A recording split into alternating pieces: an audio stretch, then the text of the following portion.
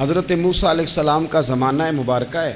ایک شخص نے اپنے کزن کو، اپنے چچا کے بیٹے کو، چچا زاد کو قتل کر دیا اور خود ہی اس کا مدعی بن کے حضرت موسیٰ کے پاس آیا کہ بتائیے جناب میرے اس بھائی کو کس نے قتل کیا ہے؟ حضرت موسیٰ نے ایک سادی سی بات کی. کیا فرمایا؟ وَإِذْ قَالَ مُوسَىٰ لِقَوْمِهِ إِنَّ اللَّهَ يَأْمُرُكُمْ أَن تَذْبَحُوا بَقَرَةً. حضرت موسیٰ علیہ السلام نے اپنی قوم سے کہا کہ اللہ تمہیں حکم دیتا ہے کہ ایک گائے ذبح کرو. گائے کا کچھ حصہ مقتول کو مارو، وہ خود اٹھ کے بتا دے گا مجھے کس نے قتل کیا ہے. یہ پہلا سپارہ ہے قرآن مجید کا، آپ اس کو دیکھ لیں. یہ آیت نمبر 67 سے شروع ہو رہا ہے. تو اب وہ چونکہ ذبح کرنا نہیں چاہ رہا تھا، اس کو پتہ تھا کہ مجرم تو میں خود ہوں، وہ ذبح چونکہ کرنا نہیں چاہ رہا تھا تو اس سے کہا کہ مارو ایک حصہ گائے کا، اس کو تو یہ اٹھ کے بتا دے گا. تو اس نے جواب کیا دیا؟ قالوا اتتخذون ہزوا، کہنے لگا آپ میرے ساتھ مذاق کرتے ہیں، کبھی ایسا بھی ہوا ہے؟ قال اعوذ باللہ ان اکون من الجاہلین. حضرت موسیٰ علیہ السلام فرمانے لگے میں اللہ کی پناہ مانگتا ہوں میں جاہلوں میں سے ہو جاؤں. ہر وقت مذاق کرتے رہنا یہ تو جاہلوں کا طریقہ ہے. کن کا ہے؟ حضرت موسیٰ نے کہا ہے، قرآن پاک ہے. ہر وقت مذاق کرتے رہنا، خوش طبعی اور چیز ہے، مسکراتے رہنا، لیکن کسی کا مذاق ہر وقت اڑاتے رہنا کن کا طریقہ ہے؟ جاہلوں کا. جب کہا نہیں ذبح کرنی ہے تو اب ذرا دیکھیے کرنا نہیں نہ چاہ رہے. قالوا ادع لنا ربک یبین لنا ما ہی، کہنے لگے اے موسیٰ پھر آپ نہ رب سے دعا کریں کہ وہ ذرا کھول کے بتائے وہ گائیں کس طرح کی ہو. ارادہ نہیں نہ ذبح کرنے کا، آپ دعا کریں. قال انہ یقول انہا بقرۃ لا فارض ولا بکر. فرمایا کہ رب کہتا ہے وہ گائے نہ بوڑھی ہو نہ زیادہ بچیا ہو، عوان بین ذالک، ان کے درمیان ہو، یعنی جوان گائے ہو. فافعلوا ما تؤمرون، کرو جس کا تمہیں حکم دیا جا رہا ہے. قالوا ادع لنا ربک یبین لنا ما لونھا. لو اگلی بات سن لو. کہنے لگے آپ دعا کریں رب سے کہ وہ کھول کے بتائے اس کا رنگ کس طرح کا ہو، رنگ بتائیں کس طرح کا ہو. قال انہ یقول انہا بقرۃ صفراء. فرمایا رب فرماتا ہے کہ صفراء رنگ کی ہو، یعنی گہرے زرد رنگ کی ہو. یہ رب فرماتا ہے اس طرح کی گائے ذبح کرو. فاقع لونھا تسر الناظرین، اور جب کوئی اسے دیکھے تو اسے اچھا بھی لگے، آنکھوں کو اچھی لگے وہ گائے، اس طرح کی گائیں ذبح کرو. لو اتنی باتیں بتا دی. قالوا ادع لنا ربک یبین لنا ما ہی، کہنے لگے نہیں آپ پھر دعا کریں اللہ ذرا کھول کے بتائے گائیں کس طرح کی ہو. ان البقرہ تشابہ علینا، ہمیں ذرا گائیں پر شبہ پڑ گیا ہے کس طرح کی ذبح کرنی چاہیے. وَإِنَّا انشاء اللہ لمہتدون، اگر اللہ نے چاہا تو ضرور ہم ہدایت پا جائیں گے. پھر اللہ تعالیٰ نے فرمایا کہ قال انہ یقول انہا بقرۃ لا ذلول تثیر الارض، گائیں اس طرح کی ہو کہ وہ کبھی کھیتی میں نہ چلائی گئی ہو، یعنی اس کو کبھی کام نہ اس سے لیا گیا ہو. بیل کو لوگ لگاتے تھے نا، جو کام آج ٹریکٹر سے لیا جاتا ہے وہ گائے بیل سے لیا جاتا تھا. تو وہ کھیتی باڑی کے کام نہ اس کو لگایا گیا ہو. ولا تسقی الحرث، اور نہ اس سے پانی نکالا گیا ہو، نہ کھیت چلانے ہل چلانے میں لگائی گئی ہو. اور وہ جو کنواں ہوتا تھا جس کے گرد گائیں گھومتی تھی، تو کہا وہ بھی کام اس نے نہ کیا ہو گائے نے. مسلمۃ لا شیۃ فیہا، وہ ہر عیب سے پاک ہونی چاہیے. قالوا الآن جئت بالحق، اب کہنے لگے اب آپ صحیح بات لے کے آئیں، اب سوال ختم ہو گئے نا. کہنے لگے اب آپ بات فذبحوہا، انہوں نے ذبح کر دی. وما کادوا یفعلون، پر ایسا کرتے نظر آتے، لگتا نہیں تھا کریں گے ذبح پر ذبح.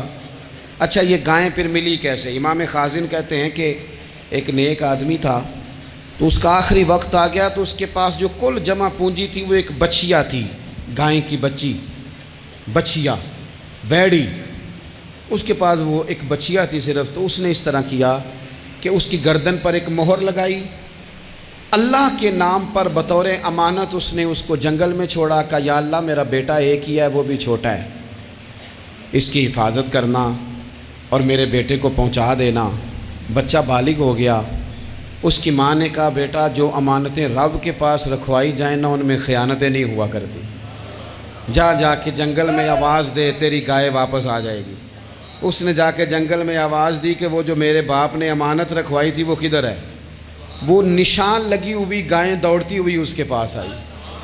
واللہ خیر الرازقین، جب رب بندوبست کرے، جب اللہ بندوبست کرے تو پھر معاملہ اور ہوتا ہے۔ وہ گائے آ گئی۔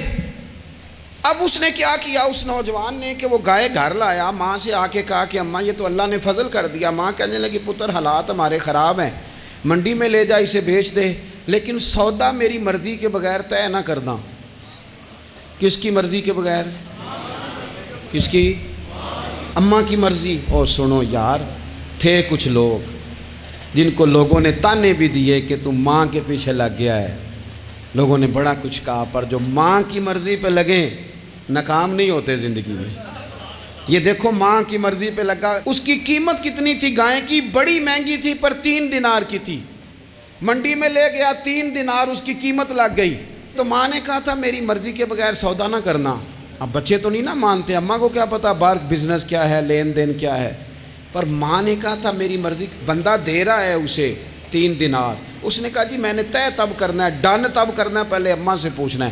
گھر جا کے اماں سے پوچھا، اماں کہنے لگی دے دے۔ واپس آیا تو اس نے کہا کہ میں 6 دینار دیتا ہوں پر میری شرط ہے، ماں سے نہیں پوچھنا۔ اس نے کہا تو 12 بھی دے، ڈن تب بھی ہونا ہے جب اماں نے کہنا ہے۔ وہ جب اس طرح کی اس نے گفتگو کی، واپس اپنی والدہ کے پاس گئے، کہنے لگے اماں سمجھ نہیں آتی، 3 دینار کی گائیں بندہ 12 میں خریدنے کو تیار ہے، شرط لگاتا ہے کہ اماں سے نہیں پوچھنا۔ تو والدہ کہنے لگی پتر پہلے اس سے جا کے پوچھ کیا وہ ہے کون؟ یہ کوئی روحانی معاملہ ہے، کوئی غیبی مدد ہے، پوچھ۔ اس سے جا کے پوچھا تو وہ کہنے لگا میں تو فرشتہ ہوں اللہ کا، تو نے گائیں بیچنی نہیں، اس لیے کہ تیرا باپ بھی نیک ہے، تیری ماں بھی نیک ہے، رب تیرے رزق میں برکت پیدا فرمانا چاہتا ہے۔ ماں باپ نیک ہونا رزق میں برکت ہو جاتی ہے۔ ماں باپ نیک ہوں، ان کی صالحیت کا اثر پہنچتا ہے بچوں تک۔ رزق حلال کما کے لانے والے ہوں تو گھر میں برکت ہوتی ہے۔ جا کے کہا کہ تیرے ماں باپ نیک تھے، اسے نہ بیچنا گائے کو، تو کیا کریں؟ کہنے لگے بنی اسرائیل والے سوال کر کر کے خود مشکل میں آ گئے۔ اب وہ ایسی گائے جو جوان بھی ہو، یہاں تو ہر غریب آدمی اپنی گائیں یہاں لگا دیتا ہے، کھیتی باڑی میں یہاں لگا دیتا ہے، کنویں میں پانی نکالنے میں تو یہاں تو ہر ایک کی گائیں، تو ایسی گائیں جس کا رنگ بھی اتنا پیارا ہو، زیادہ بوڑھی زیادہ بچی بھی نہ ہو، اور ابھی تک کھیت میں بھی نہ لگی ہو، وہ سوائے تیرے کہیں نہیں ہے۔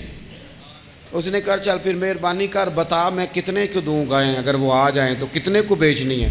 اسے کہنا کوئی نہیں، ریٹ تو زیادہ کرنا ہی نہیں۔ ان سے کہنا گائے کے اندر سے گوشت نکال دیں اور جتنا گوشت ہے اتنے پیسے بھر دیں، اس کی کھلڑی بھر دیں۔ اب وہ بنی اسرائیل والے ڈھونڈتے پہنچ گئے، کہا جناب گائیں 3 دینار کیا 6 لے لو۔ اس نے کہا نہ بھائی، ذبح کروں گا، گوشت نکالوں گا، جتنا وزن گوشت کا اتنے پیسے بھرو گے کھال میں تو پھر گائے تمہیں ملے گی۔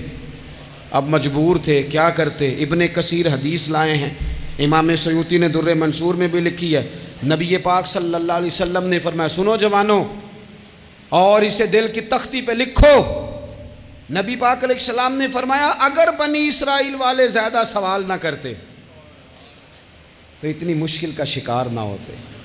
انہوں نے سوال اتنے کیے کہ چارہ نہیں ہے اب ان کے لیے، چارہ نہیں ہے اب ان کے لیے کہ یہ ادھر ادھر جا سکے، مجبوری بن گئی ہے، یہی گائے خریدنی ہے، یہی لے جانی ہے۔ اب اتنا سارا مال جمع کر کے وہ گائے خریدی، ذبح کی، تو مقتول کو جب اس کا ایک حصہ مارا تو اس نے اٹھ کے کہہ دیا یہ جو مدعی بنا ہوا ہے نا، یہی تو میرا قاتل ہے، یہی تو میرا قاتل ہے، یہی تو ہے، اس نے یہ سارا کام کیا ہے۔